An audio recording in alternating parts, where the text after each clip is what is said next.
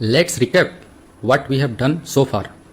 So we started with an energy eigengate and we said this is our energy eigenvalue. Then we have expressed H as a sum of kinetic energy and potential energy. So this is a function of R. Next what we did, we expressed this delta square in spherical coordinate, and after doing that we have written this angular part separately by a operator L square. So this L square represents this angular part. So this del square can be rewritten in this form. So overall what we get is that this is our Hamiltonian operator. When it acts on this psi, you get an energy E psi. So either you can work in ket notation or you can work in psi notation. It's the same. When you project this in position basis, R basis, R, theta and phi basis, you get psi. So now we will continue from here. What we found that L square commute with H and Lz also commute with H. What that signifies? It signifies that this eigenket corresponds to H also, to L square also and Lz also. Right? So, and we found what are the energy eigenvalues. Corresponding to L square, we have L plus 1. So L is an integer. And corresponding to Lz, we have M H cross. And we know M goes from minus L to plus L. And L is a integer. So we have already seen, that this psi is nothing but this same thing.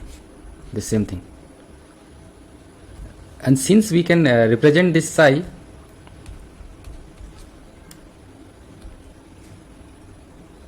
as an energy eigenkate also,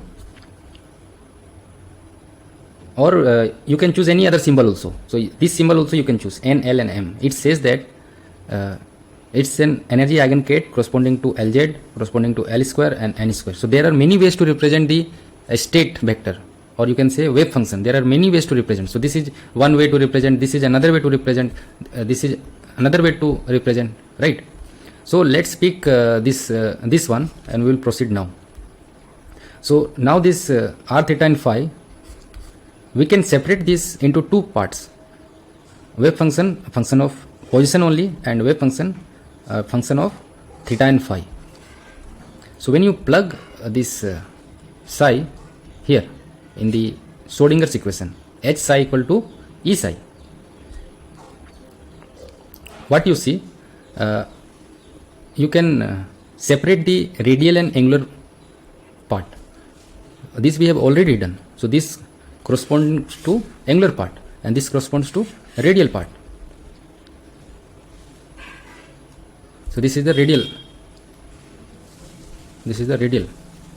equation. This is the angular equation. So notice that we have replaced psi with R and Y. So this psi is replaced with R and phi. So Y get cancelled here because Y is a function of theta and phi, and since derivative is over R only, so Y part gets cancelled, and here similarly R part gets cancelled, and you are left with Y only. So these are the two equations you get. These two equations you get from Schrodinger's equation. Now we will take each equation and solve one by one. We have already solved the angular equation, so I will just try to explain it briefly. This Y part, no, it's function of theta and phi. Again we separate theta and phi as a two separate function. Okay, so when you plug these two things over here and over here, right, and again here is your another y. when you plug it there, you end up getting this thing, right? And we have already seen that this will be some constant, right? In the previous video we have seen, and this will also be some constant. The constant will be such that their sum will be 0. Why it will be constant? Because this is entirely a function of r, and this is entirely a function of theta and phi. So variation of theta and phi doesn't affect the variation of r. So it varies in such a way that it is a constant. And we have taken that constant L plus 1. So same thing here. And this equation can be written again in a neat form this way. And we make some substitution like multiplying, dividing, all those things, and we end up getting this thing. Now again you see this two term is a function of theta only, and this is a function of phi only. And from here again we can say that these two will individually be a constant, and their sum will be such that it will be 0. So we take this constant to be m square, then this has to be minus m square. This has to be minus m square, same thing. M square, then another part has to be minus m square, then only their sum is going to be 0. So now when you solve this second one, this one, you end up getting this one, e to the power I m phi. So our wave function, right? Our wave function was this theta and phi. And what we have done, we have again broken y into two parts, f as a function of theta and g as a function of phi. So to find the form of wave function, you need to know what is the form of this wave function. This wave function is a function of theta and g phi. We got what is g phi, right? So what remains is r and f. So this one is the polar equation. So we have to solve for the polar part. So we write down the polar equation part here. So you may wonder how you got f theta here. Earlier it was only minus m square. You can see here. It was. So if you bring it to the right, left, it will become minus m square. If you multiply throughout by f theta, if you multiply throughout, you will get this equation. Now here we are going to change variable. From theta to x, we are going to make transition. So you can say theta to be anything. You can say cos theta equal to zeta also. So for convenience, we are taking it to be x. So when you do that, this equation transforms to this equation.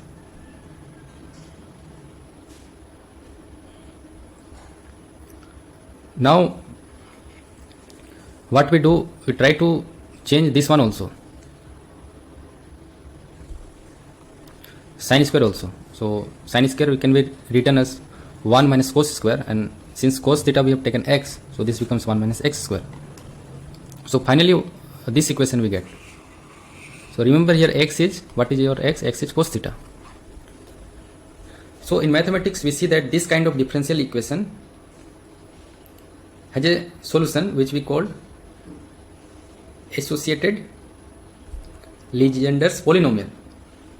And associated Legendre's polynomial looks like this. So it's a function of Legendre polynomial. So associated Legendre polynomial is a function of Legendre polynomial, and Legendre polynomial has this form. So this was our angular equation, right? And we got what is the form of theta. It's nothing but PLM.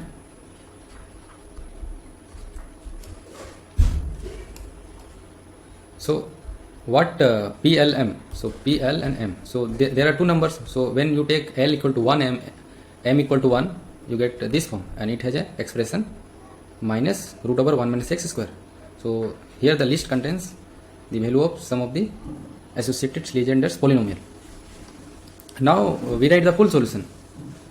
We have seen what is f theta just now, and earlier we have seen what is g phi. G phi is what? E to the power I m phi, and f theta is this one. So we try to normalize this one. So for normalizing, we have to multiply here with some factor. We have to multiply here with some factor, and we see that when you multiply with this factor, then this becomes normalized. Normalized means what? if you take modulus square and integrate over theta and phi, this becomes 1. This is the meaning of normalization. So this is the equation you got finally. Now let's come to the radial equation. So till now what we have seen? We have seen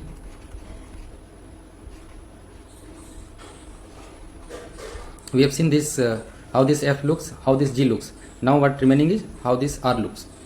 Clear? So these two things we have represented using this symbol, and we know what this looks like. It looks like this. So the radial equation part we have taken here. We substitute it and finally express it as this equation. Now what we do, we write R radial part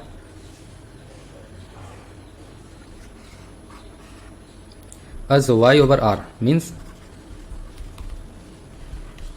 so we write r as a function of y. So when you substitute it over here, what you get? You get an equation in y. And we make some substitution. Why we make some substitution? We make some substitution here in order to see to which differential equation it corresponds to. We see that it corresponds to Legori polynomial. So if you look at the differential equation of Legori equation, it has this form, and our radial equation also corresponds to same equation. So from there what we do, we match the component inside this bracket with the Legori component, and from there we say that L plus 1 is k square minus 1 by 4, and k is an integer, and this another part is this one is equal to 2j plus k plus 1, and we see that this one, when you express, you can say that k equal to 2l plus 1. Alright, now you see this part here. This part can be expressed like j plus l plus 1, and you call this one n, and we call this one principal quantum number. And with little bit of substitution, what you will find, energy varies like minus 13.6 electron volt over n square. And what will be our radial solution? Radial solution will be same as the solution corresponding to this associated Legori equation, and it has a solution of this form. So our radial solution will also be of that form. So this is our radial equation. So we calculated everything. We calculated how this R looks like and how this y is a function of theta and phi looks like. So in this video we have seen what the energy eigenvalue goes like. It goes like minus 13.6 electron volt n square. So it varies as an inverse of n square. So n is an integer here. N goes like 1, 2, 3, 4 like that. So there is a relation that exists between n, l and m. So l goes from 0 to n minus 1, and m goes from minus l to plus l.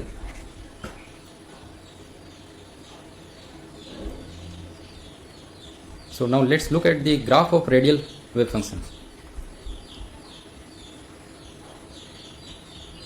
So since your radial wave function is again a function of two number n and l, so corresponding to n equal to 1 and l equal to 0, you have the wave function looking like this. But when you look at the probability distribution, it has a very high probability just away from the center here.